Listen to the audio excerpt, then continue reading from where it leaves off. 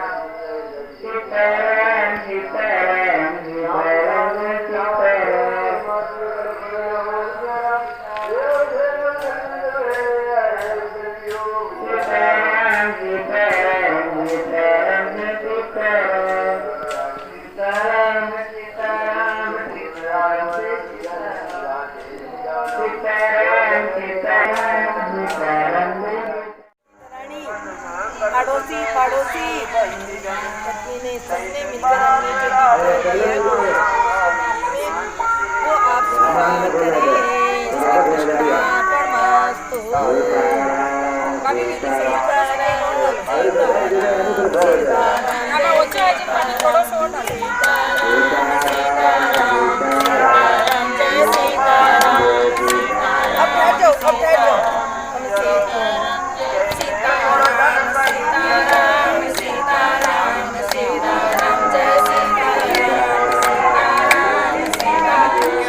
घोड़ास को मेवाड़ की अयोध्या कहते हैं, इसका क्या मुख्य कारण है कि इसको मेवाड़ की अयोध्या कहते हैं, थोड़ा बताएं आप। हाँ सर, सीताराम मेवाड़ की भूमि अयोध्या, ये घोड़ास की भूमि अयोध्या ऐसी नहीं बनी है।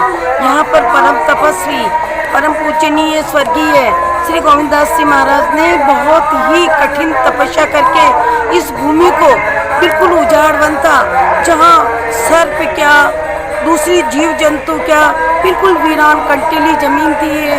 और ये जो आप देख रहे हो कुआं, इस कुएं में ऐसा पानी था कि पानी पियो तो आपकी जीवान कट जाए, ऐसी ये कुआं था। उन्होंने अयोध्या से आप पधारे और आपने जगह जगह विश्राम किया, लेकिन यहाँ आते ही इस उजाड़ भूमि में आते ही हनुमान जी की ऐसी कृपा हुई कि उनके ऊपर उनको दिव्य दृष्टि प्राप्त होकर के हनुमान जी ने कहा, गोविंद आप यहीं रुकिए और यहीं तपस्या कीजिए। यहीं पे गुरुदेव रुक गए और कठिन तपस्या से सारे घोड़ास वाली जितने ग्रामवासी थे बड़े प्रेम से बड़े स्नेह से और भगवान का नाम लेके रामायण के ऊपर था उनका स्नेह था, प्रेम इतना प्रेम था, रामायण के अंदर डूबे हुए थे वो। उन्होंने भक्तों को जोड़ा और इस भूमि को बहुत उजागर किया। तपस्वी भूमि को तप के द्वारा, अपने तप के द्वारा इस भूमि को उन्होंने स्वर्ग जैसा बना दिया। और उसके बाद में हमारे संत शिरोमणि श्री 1008 श्री सरजूदास जी परम तपस्वी संत शिरोमणि मेवाड़ के शिरोमणि हैं ये हमारे। तपस्या में इतनी तपस्या की मूर्ति है ये कि आप क्या इनका वर्णन करें, हम कह नहीं सकते। मैं सन 93 से 93 से इस घोड़ास से जुड़ी हुई हूँ। ऐसे ऐसे चमत्कार देखे हैं मैंने कि मैं आपको बखान नहीं कर सकती। ये भूमि परम तपस्वियों की भूमि है। यहाँ आए दिन अनेक अनुष्ठान होते हैं। महाराज जी ने भी खूब अनुष्ठान किए, यहाँ पर बहुत यज्ञ किए वहाँ पर, यहाँ पर इस भूमि पर, और इसको उज्ज्वलता के ऊपर और आगे बढ़ाया। और सरजूदास जी ने उनके सानिध्य में रह के इतनी तपस्या की, ये मौन नहीं है, ये शुरू से मौन धारण करते हैं। ये बालक स्वरूप में हमने इनको देखा है। ये बहुत तपस्या की मूर्ति हैं, मौन धारण करते हैं, हमेशा हवन यज्ञ जप तप करते रहते हैं। निर्जल एकादशी करते हैं, एकादशी के दिन मौन व्रत, हमेशा ही मौन व्रत रहता है। तो मौनी बाबा है हमारे। और इन्होंने ये हमेशा ऋतु के विपरीत ही, ये विपरीत ही तपस्या करते हैं। जैसे बैसाख के महीने में, जेठ के महीने में धूनी तपते हैं, अग्नि में रह करके और तपस्या में लीन रहते हैं। फिर आता कार्तिक में सरोवर में बर्फ के समान ठंडा पानी, उससे 108 घड़ों से स्नान करते हैं। और लोगों के लिए, कल्याण के लिए, अपने लिए नहीं। संत हमेशा परोपकारी होता है, सरल हृदय होता है। संत हृदय नवनीत समाना, नवनीत के समान होते हैं संत, तो वो दूसरों का कल्याण ही करते हैं।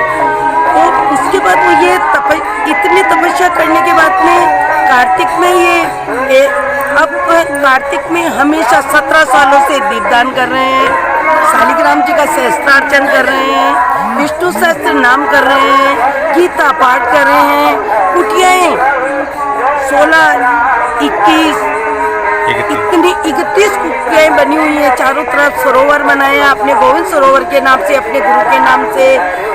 और चारों तरफ कुटिया में भजन भाव, सीताराम सीताराम की ध्वनि चल रही है। समाधि, अनाथा की समाधि के ऊपर आपने रामायण पाठ चला रखा है।